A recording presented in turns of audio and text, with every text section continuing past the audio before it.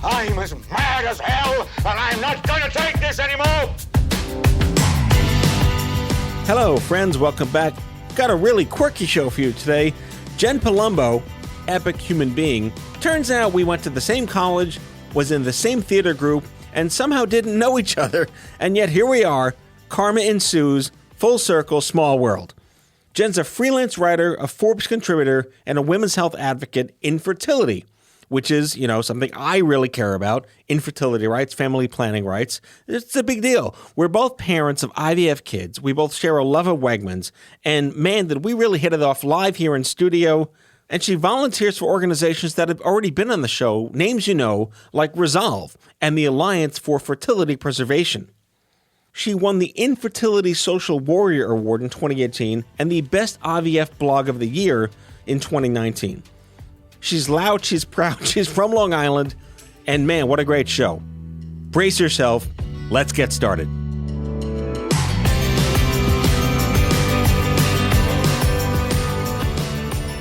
Should I call you Jen or Jay? There's a whole story behind that, but the short version is, in the infertility world, everyone calls me Jay. There's a reason why. And then most people call me Jen. Why? Do you want me to tell you? I'm just naturally curious. Okay, so it's slightly two reasons. So when I was younger... We were all younger at some point. Yes, we were. In the 70s, almost everyone was named Jennifer because of the friggin' movie Love Story. Yep. Right? And Ally McGraw played a character, I don't know if it was called Jennifer or Jenny or whatever the hell. But anyway, so everyone in my school was named Jennifer. It was so irritating. And because I'm a little old, I think it was June. But you look great. Thank you, I do. But in junior high, Run DMC came out. A fabulous new group and rap music. I do recall. Yes, and there was someone named Jam Master Jay. Mm-hmm. And I loved rap music. And I'm going to sound like such a dork, but I was like, this new rap thing is going to take off. Said the Gen Xer to the Gen Xer. Yes. And so there was a group of friends I had to differentiate me from the other Jennifers, because there were so many. They started calling me Jay as a nickname. It didn't really catch on, but so they would call me Jay every now and then. Okay, fine. So cut to 2009. And my husband and I started having infertility issues, and I didn't want my mother-in-law to know. And so I started writing this blog all about my infertility issues. The 2-week wait blog. The 2-week wait.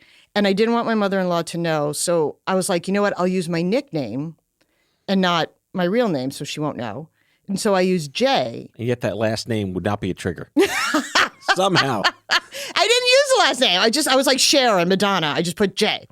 And then a woman named Gina Bartesi was reading my blog, and she had a company at the time called Fertility Authority, and she was reading my blog, and she really liked it, and she was like, hey, can you come in and I'll interview you? And long story short, she hired me, and she was like, so wait, what's your name? And I'm like, well... That's complicated. Yeah, so I kind of told her the story. She's like, all right, well, we're sticking with Jay. That's it. JP, all the way. So then my whole career in the infertility world took off, and everyone in the infertility world called me Jay. And in a weird, bizarro way, it kind of is cool because I know where I am based on what people call me. All right. So for the sake of the people listening to the show, I shall dub thee Jay Palumbo. Yes. I actually think Jay is a cooler name than Jennifer. Well, Jen is always like, Jenny. Yeah. I know. For our generation, at least. Yeah. Well, I have a similar analog too, because my legal name is Matthew Zachary Greenswag, and I don't hide that from the public, but I've been using Matthew Zachary as a pseudonym for 26 years, and I did that. And I was going to say, what made you change it? Well, it's my legal middle name, Right. Meyer-Ziska. It's like Hebrew, like Greenswag was like tacked on. Meyer-Ziska is my Hebrew name. Mm-hmm. Honestly, it came down to my coping with cancer. Oh. Matthew Zachary was the part of me that survived. Oh, wow. Deep-rooted psychology. Deep-rooted. I mean, it took me years to reconcile why I chose to do that. Yeah. But starting from my first job in 96, after I was done with my treatments, I became Matthew Zachary. My music, my albums, my business cards, legally, my driver's license and my health insurance was still Greenswag. Yeah. But Matthew Zachary's been what I've been known for now 25 years later. I'm Matthew Zachary in the career, in the universe. I love that. It's like what rose out of the ashes. It's a little phoenix. Yeah. Yeah. I'm not ashamed of my last name. I just hate spelling it. At least yours is like somewhat alliterative and potentially spellable. Palumbo. Well, and it's funny because it comes up a lot because I didn't take my husband's name, which cracks me up because... Neither did my wife. Good for her, because no one wants to be a Greenswag. Well, no, it's... What year is this? 2022? 2022. Yeah, it's hard to keep track. I know. That comes up... Well, it doesn't come up and it does come up a lot. So basically, because everyone's like, oh, is this a problem with the kids and yada, yada. It's really not, but people are always so shocked I didn't take my husband's name. He doesn't care. Well, my family's even more messed up because I'm Matthew Zachary. Yeah. My wife is Jessica Feldman, and the kids are Kobe and Hannah Greenswag. Oh, wow. So nothing but identity crises in my family. Anyway, I want to get started. Obviously, nothing makes me happier than when people come on the show that I kind of almost didn't know but knew because we went to Binghamton. Right. Which is the greatest college in the world, says me. It's funny because I did transfer there. So I went to another SUNY school for 2 years and then I transferred to Binghamton. I loved Binghamton. It was phenomenal. Yeah, it really It was was. just like the greatest. It was just far enough away where I didn't need to worry about my parents, but just close enough if I needed money. Right. Or travel home. Yeah. Exactly. Yeah. Exactly. I had the greatest college experience. I did too. I'm envious of myself, how great it was. I miss it. I dream about college. Like, just such a comeuppance, such a wonderful time there. And I met great people there. And we're still friends with people we met in college. Yeah. 3 of my best friends I met freshman year. Right. Jonathan, who I was telling you about. Yeah, shout out to John Valukas. Jonathan Valukas, it's one of the best. I think it's like whenever people say you can't have more than one soulmate, I'm like, you're wrong, and I'll tell you why. Yeah, exactly. Jonathan is a soulmate of mine, and he and I met at an audition, and I swear to you, I've never had this happen before, where I was like, hey, I have a question, because I had just transferred there. I said, how do you leave a note to a stage manager? He goes, you take a piece of paper, you write a note, you put it on the bulletin board, right here. And I said, okay. And he looked at me and he goes, do you want to get lunch? And I'm like, yes, I do. And then we were the best friends. Like, just boom. And then you went to like Dickinson dining room. Yeah, pretty much. But like, I don't know. We just became like the best of friends. We were watching Clue in his dorm room. Like, that was it. Yeah, by the way, no social media. Yeah. Maybe a lot of AOL floppy disks, but that was about it. Yeah. And I loved the theater culture in particular. Like, you remember Studio A and Studio B, yeah. Yeah. And then I loved going to... You shut the world off in those places. Yes. But there was always something to watch. Yes. Something being produced. Mm-hmm. And, oh, God, I miss that. You take with you in your life the things that have meaning to you. And here we are 26, 27, 28 years later. Yeah. And we're still who we are because of what happened to us back then. Yeah. And I do think what was great about that theater program, and I remember at the time being like, oh my God, is they made you, I love that I use the word made, but they forced you. They forced you to do, even if you were like an acting major, they forced you to do costume design, set design. Yes, exactly. Yes. Choreography. Yeah, like all these other aspects of theater. And now that I'm older, but still look fabulous, I really appreciate it. I will attest on the radio you look fabulous. Thank you. But I appreciate it now. I not only did I learn how to sew, thanks to the Binghamton costume department, but it does give you really interesting perspective. I just think it's also like occupational skills that we don't have anymore. Yeah. I mean, I learned a lot from it that I still like, even around the house. I don't have to ask my husband to hang anything or do anything because I actually really enjoyed set design. Yeah. Yeah. But it's got like a proprioception perspective too, and a 3D modeling, a visualization perspective. You're building something that isn't Lego. Right. High stakes Lego. Yeah. As parents of young kids. Yeah. And even I think you were required to be either a stage manager or assistant stage manager. And I loved that more than I thought I would. I think it. Well, they really pushed you. Yes. And it exposed you to different aspects of theater you may not have tried out that you liked. Right. And I actually think, like, I don't know if it's bad to name names, but like David Sugarman and John Bizzetti, I think John Bizzetti. They're clearly listening to this show. Hey, guys. That's so funny. I think John Bozzetti's an agent and David Sugarman's a stage manager. See?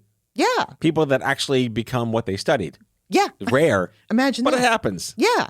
A lot of the people we went to school with. Harper College of Arts and Sciences. Yes. Did go on to do something they actually studied. Yep. And I think I might be remiss to let my listeners know that I was the pianist.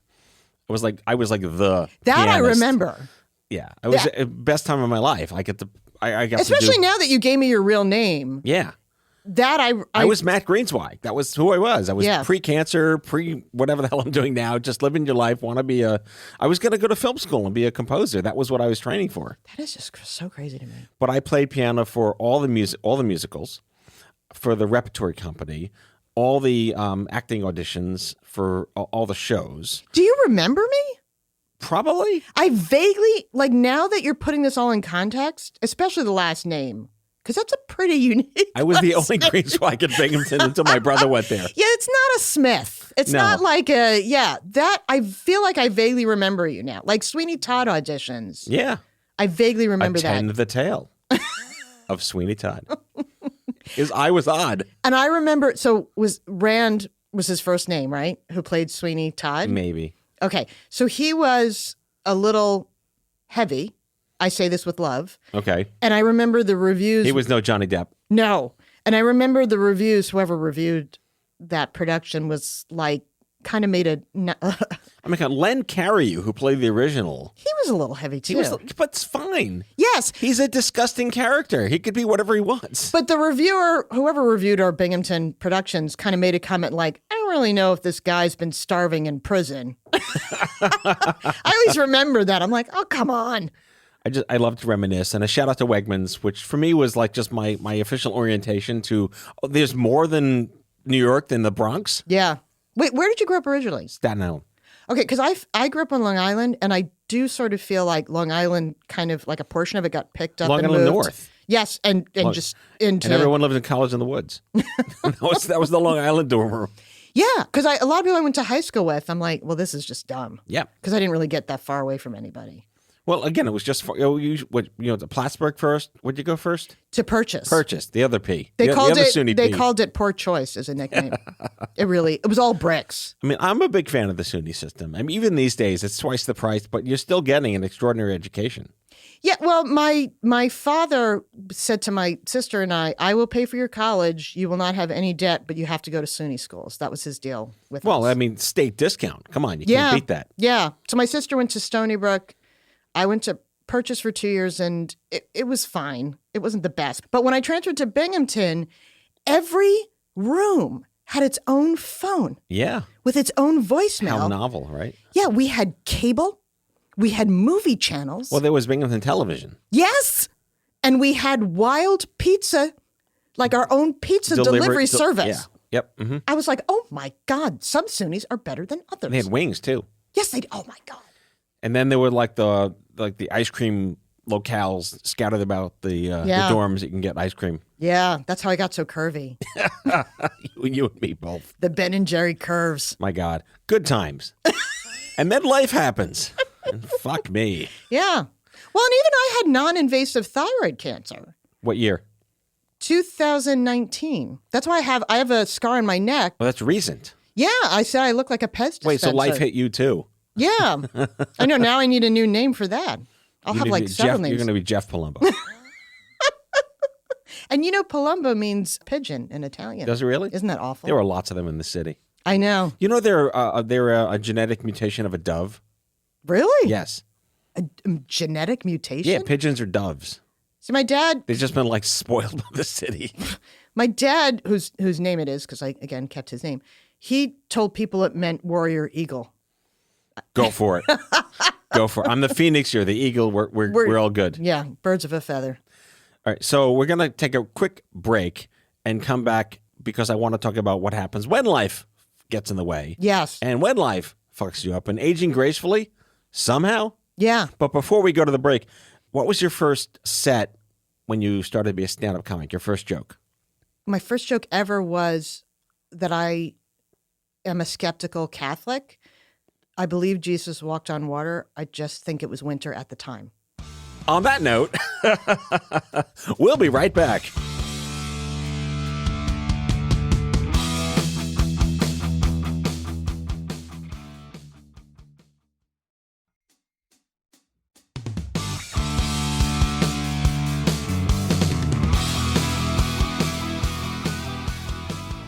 All right, so in the spirit of shit happens, you get older, and fuck me. I was going to ask, can you curse on this? I can say what the hell I want. The FCC ain't got nothing on me. So I'm dealt shit in my 20s. Yeah. You're dealt shit with your children. I feel like I wanted to write a book called Of Course Me.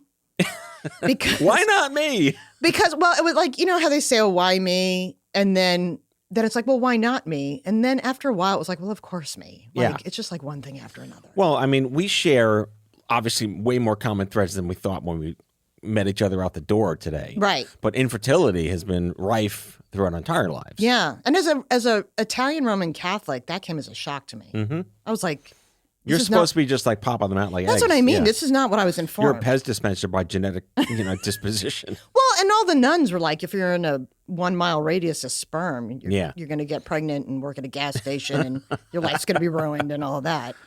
Yeah. So when did you first realize that, I got, that's the other thing. So I got married when I was 34, which I didn't think was old. not by today's standards. No, but like in fertility world, according to the doctors, it was like I was Betty White or something. They were like, oh my God, you're 34. So we started trying to conceive, and I kept feeling like the doctors were overreacting because they were like, oh my God, because I was seeing an OBGYN RE, and RE is a reproductive endocrinologist. And he was like, we should be aggressive. Maybe I'll start giving you medication to have you produce more than one egg and blah, blah, blah, blah. And I just kept thinking, this isn't that bad. I'm sure, next month it's going to happen, blah, blah. And it just kept not happening. Right. And now we're doing IVF, which I didn't know I didn't know how IVF worked. Right. I thought they put But are you really supposed to? Like, you're not, I can't wait to have IVF one day. Think about this. Well, and the thing was, I thought, like in 5th grade, they tell you how to avoid at all costs getting pregnant. Right. They never tell you how to get pregnant. I mean, biologically, you learn the birds and the bees, but like. Right. But like even when I ended up working in the space. I mean, you know how it works, right? Well, logistically, yes. But in terms of like, you have to be ovulating and how long Time of the month and cycle. And, yes, exactly. How long sperm lives in the body and yada, yada. Like I remember my ex-sister-in-law, who is an idiot. Shout out to her. She one night told me, she was like, oh, I knew the second I got pregnant. Like, no, you didn't. That's not how it works. No. You're an idiot. And she remains an idiot. Shout out to her again. She's gone now. They're divorced. Okay. But I'm sure she's listening to this program. Yeah, her and the entire 95, 96 graduating class of Binghamton. So when he explained to me how IVF works, I was shocked where they put the needle. Like, it doesn't need a metaphor. And IVF is as bad as a needle in your vagina. Mm-hmm. You're like, what? So then we do the first IVF, and it's awful because I produce all these eggs, right? But I don't get that many embryos. Right. There's an over-under on the netting out. Yeah, and then it's like you're paying $15,000 to get your period when people get it for free. I never thought about it that way. You're like, Jesus. So, yeah. I mean, the whole thing was awful and kind of a life changer because I just never thought that this would be a problem. And I don't know if you felt this way as a man, because I've never been a man, nor have I played one on TV. But as a woman, and especially, again, being Italian and Catholic. Like your body's betraying you. Yeah, it's like the thing that you were meant to do and that, my sister and my cousins and everyone in my family is doing. My friends, they're just, popping them out left and right. Yeah. I mean, and at the place that I worked at the time, I remember everyone was getting pregnant. And someone made a joke at the time, oh, there must be something in the water here. And I'm like, guess I'm drinking at the infertility soda machine because I'm not getting pregnant. Stupid Suffolk County. I know. I'm just like, for crying out loud. So it really, I was like, am I being punished? Did I do something wrong?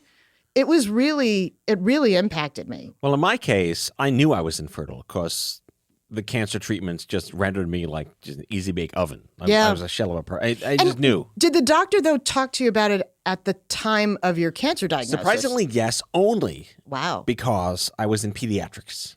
Oh. I mean, I was 21, which I should have been in like adult neuro-oncology, but I was tossed into pediatrics for all the right reasons we didn't know about. Right. But if you were above the age of like 14 in this particular clinic in NYU, they had you go to a sperm bank. Because That's amazing. well, again, this was progress in 1996. Even today, doctors still don't tell Well, that's why I asked. men and women. But again, this was protocol Yeah. at NYU with the best hospital in the city. I was in the right place at the right time. I got very lucky. Yeah. But I knew I was infertile. I knew I had frozen sperm, that I had to pay $3,600 a year Yeah. to keep frozen. That was Right. what it cost back then. No insurance, no nothing. You know, no nonprofits supporting these things. It was nothing. But I knew that when my wife and I were ready to start planning to have kids, this would be an issue. So I shout out to our dear friends, Joyce Reinecke and Lindsay Norbeck, Yeah. the founders of a group I mentioned a million times, Fertile Hope. Yep. One of the very first young adult cancer fertility advocacy organizations Right. in the early 2000s. And in meeting them, history lesson here, in the heyday of Livestrong was kind of when they came to prowess. I was like, what do I do? I don't know. I just read this article about her somewhere and like, I need to know what to do. And I got lucky. Lindsay and Joyce helped my wife and I figure out what we could do in advance of knowing we may need IVF, ICSI, all these things, IUI. Right. And it was fantastic. It's weird to say, like, thanks to them, I have kids. Yeah. But not biologically. Thanks to them, my wife and I have beautiful twins now. Yeah. But we went through all sorts of crazy processes. But again, we got lucky. We were put in touch with the right reproductive endocrinologists and the right team that knew about young adult cancer infertility. Right. So we got a BOGO, buy one, get one. Yes. No, that's, I mean, it's amazing to me. When I started getting very into advocacy, there were two things that shocked me. I mean, well, a lot shocked me, but the two things were that veterans have lack of access to care if they're injured in the line of duty to, if it impacts their fertility. I'm like, are you freaking kidding me? Yeah, the veterans. Yeah, like veterans, and I've never served in that. I mean, I have no ties, but I'm like, if you get injured in the line of duty and it impacts your reproductive organs, The least the country can do for you. yes, for crying out loud. So I wrote a piece about that for the Huffington Post. Like, you effing. Well, I didn't say. Not back then, no. No, but that shocked me, and even when I tell people that if you are diagnosed with cancer, I thought, of course, insurance would cover that, Right. and no. Well, that's been the fight of 20 years. But that to me is a no-brainer. Well, I mean, ethically, morally, obviously, yeah, as a tax-paying citizen, Yeah. the least they could do is help you actually have a planned, wanted pregnancy. If you have a cancer, but that's the thing is, I mean, oh God, I could talk about this all day. Well, let's talk about this all day. One thing, what I learned through Lindsay and Joyce back in the early days is that there's two types of infertility. Right. There's like congenital infertility, which is what you had. Right. Like you just happen to have switched up stuff. Right. Or if cancer just destroys your capacity to carry. Right. Or to have sperm. Right. Right. So those are two things, but they're coded under two different insurance reimbursement programs. So there's congenital, but here's the fancy word of the day, iatrogenic. Yes. A word we know and love, which is when infertility is induced upon you because of cancer treatment or other medical concerns. Right. And then, of course, it's been a huge shift in companies Right. that are self-insured, that they can afford the everyone gets a baby, right? Policies. Right. But then, of course, some of them are like, you only get a baby if you're born infertile. You get cancer, you can't have a baby. And this has been the fight that women across the country, many names that you know for many years, are going state to state to state. Right. And forcing these ballot initiatives and these reimbursement problems. But the problem is too, and it's fascinating and awful, is because I'm this has been my thing for, oh God. This is your thing. We're talking about your thing. I know for a while now. There are two other groups. So I'm going to try to be, let me say that when I report this, I'm not being judgmental. I'm just reporting what they say. So one of them is this man named Ron Poole. I can't remember his last name right now, but he runs Men Having Babies. And he makes the point, and again, I'm not saying it's good, bad, or whatever, but if you are gay, okay, infertility, like the gay community, they don't have infertility issues and they don't want to be lumped into that. And so when they fight for like surrogacy rights or family building, he doesn't like the word infertility being used. There's a reason why I'm bringing this up. And then there's this woman whose name I don't recall, so I can't actually offend her. No shout out to her. No shout out to her, but she has been pushing hard for something that she calls like social infertility, where she just couldn't find someone to have children with. So she's like social infertility, like you just couldn't settle down. Now, the reason I mention these two people is some would say they're not helping our cause, because one of the things that we go to Washington, D.C. every year for Advocacy Day is to talk to lawmakers and be like, hi, infertility is a medical issue. Yeah, it's a disease. Right. It's a medical disease. The World Health Organization recognizes it as a medical diagnosis. And so we need more access to care. Now, right now in the United States, only 19 states have mandated coverage. But so that's thanks to women yelling and screaming for all the right reasons at the state capitals. But when you have someone like Ron, who, again, I'm not saying it's not a valid point, because it is, but him being like, well, yeah, but it's not better or worse. It's just different. Can it be approached differently? Right. It could be just two separate categories. But the social infertility thing is kind of like, like you're not helping. I mean, at first hearing of this, I am kind of like, Yeah. But we should get her on the show and talk to her. Yeah, my friend knows her. She's the one who brought my friend Risa Levine, who's I love Risa. Yeah, she's a fierce shout out advocate. to Risa. Yes, huge shout out to Risa. And she's a very good friend of mine. Risa was the one to bring this to my attention. So Risa actually knows the person who's been doing it. So you could ask Risa. But Risa's like, I want this woman to stop. Wait, so all right. So again, this is my first reaction. And basically the issue is if I can't find sperm in my life, I'm entitled, that I love and want to marry. Yeah. Or that I want to spend my life with this sperm, right? This sperm inside this person, right? Right. Or whatever it is. I'm entitled to something. Well, she's like, well, I have social infertility. But you're kind of like honing in on, it's like we're trying so hard to get infertility to be recognized as a medical diagnosis. And you got this chick over here who has no medical diagnosis. Well, right. And you're kind of like, okay, I get what you're saying, but can you find another word? Because like you're not helping our cause. Yeah. I mean, on one hand, because I always like to try to be objective, I hear what she's saying, but you need another word. But if it's not a medical condition, it's a choice. Yeah. I mean, well, speaking as someone who was single for a disturbingly long time, I can appreciate. Right. I'm trying not to just be too judgmental. This makes a lot of sense. I mean, we're in a different era of society. Like being single and having partners and doing your thing. Not everyone's going to get marriage is at the lowest point at this point. People and people are staying single longer, getting married older when they want to, and having kids in their 40s and 50s. Well, that's, again, in my family, I was the only person who got married in my 30s. Everyone got married in their 20s.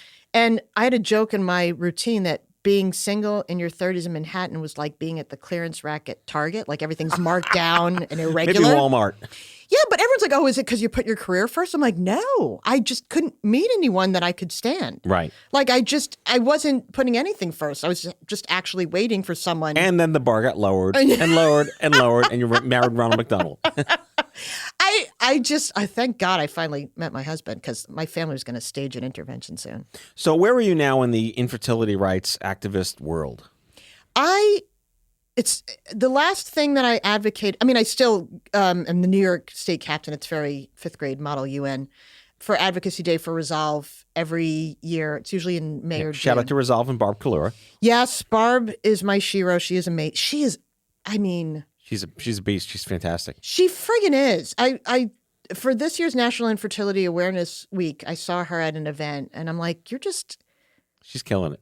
She is. She's just so even-keeled. And I remember after one advocacy day that was really frustrating, at the end of the day, she's like, "You're coming back next year, right?" I'm like, "Yes." She's like, "It takes like 5." I mean, it does. It takes incredible persistence. She said it takes like 5 years to push a bill through. And, we had worked on the FAFTA bill, which was here in New York, and that took a couple of years. And then the next thing we worked on was CPSA, which was to make paid gestational surrogacy legal. This is the wiring in Subbasement 37 that most Americans, wouldn't necessarily need to know about. But how do you feel about the following?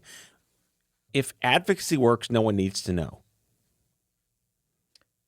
We operate behind the scenes, not for, That's interesting. You won a great award, Infertility Social Warrior Award 2018. I love that, right? Yeah.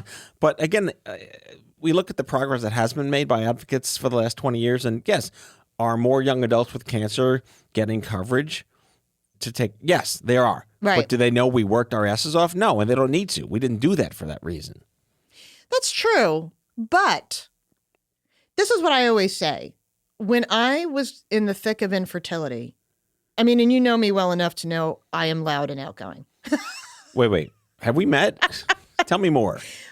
But when I was in the thick of infertility, I would have weekends where I would just be in bed, like all weekend, and I wouldn't talk to anyone. I was avoiding social situations because I was worried someone would ask me, "Oh, when are you going to have kids?" Because that would come up all the time. Yeah, how do you respond to that? But people don't know. I think it's well-intended. But I always think it's well-intended. Yeah. I just was very self-conscious about it. Or I would get my period. When are you going to make me a grandma? Right, exactly. Or something like that. Or even if it was, I don't know, just something totally like, "Oh, you guys would have the greatest kids," or like it was so sweet. They'd be so smart. Yeah, like even if it was a compliment, but I just felt like a failure, or it would be a failed cycle, and I just wanted to cry. And so there was no way I could have been an advocate at that time. Well, you weren't ready for it. Right. And so now that my eggs are dust, and I'm at you have kids. And I have kids, and I'm at the end and of the shop is closed. The shop is so closed.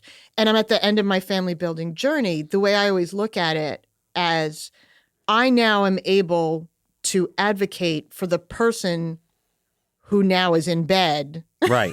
The next you. Yeah, like who is where I was then. So I'm advocating for them. So I kind of feel like in that sense, it's good that they know about it, because at some point they need to take the ball or the egg and keep running with it. So we're going to put links to the Alliance for Fertility Preservation and Resolve in the episode description. But if there are listeners out there who are now in bed, they're the you of today, what's one thing they can do right now?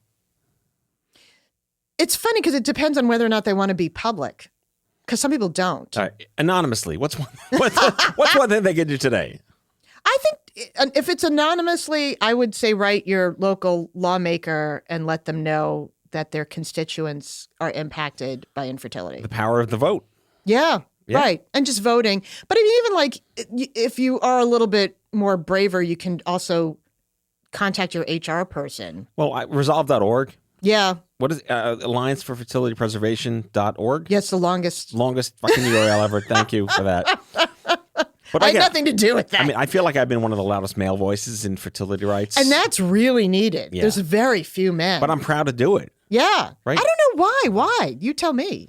Because if you want to have a family, nothing should get in your way. No. But why are there so few men? I think it's a macho thing. No, really? I think it's a macho thing. But even if you're going to help other men? I don't know. Because hello, men listeners with sperm. If you'd like to join me in my crusade. They say it's 1/3 women, 1/3 men, and 1/3 unexplained infertility issues. So it's not like it's the majority is women. Right. So I don't know. Well, we're going to have you back on the show because this is an endless narrative I love to keep talking about. Sorry. I'm very passionate about very specific things. Writ large, yes, of course, lots of big, swarthy, national, I love that you use the word swarthy. Swarthy stuff. But yeah, I care a lot about reproductive rights, family building. And now more than ever. Especially when shit happens to you that you didn't ask for. Yeah. And the thing too is the public at large, I don't care what anyone says, they still don't know anything. Well, again, we're all learning all this stuff. Because the sky's already fallen on us. Yeah. All right. Jen Palumbo. Yes. SUNY B alumni. Right. stand-up comic.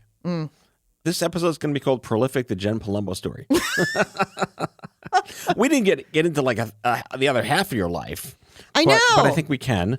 Yes. Because I think the listeners have been intrigued. Well, I hope. By all you are. Yes.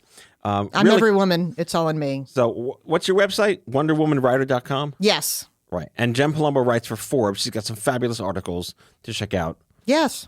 So thanks for being awesome. Thank you. I'm excited. Been great. Yes, me too. The band reunion we didn't know. I know, that was so funny. Yep. All right. I'll see you soon. Yes. All right. Bye. Bye.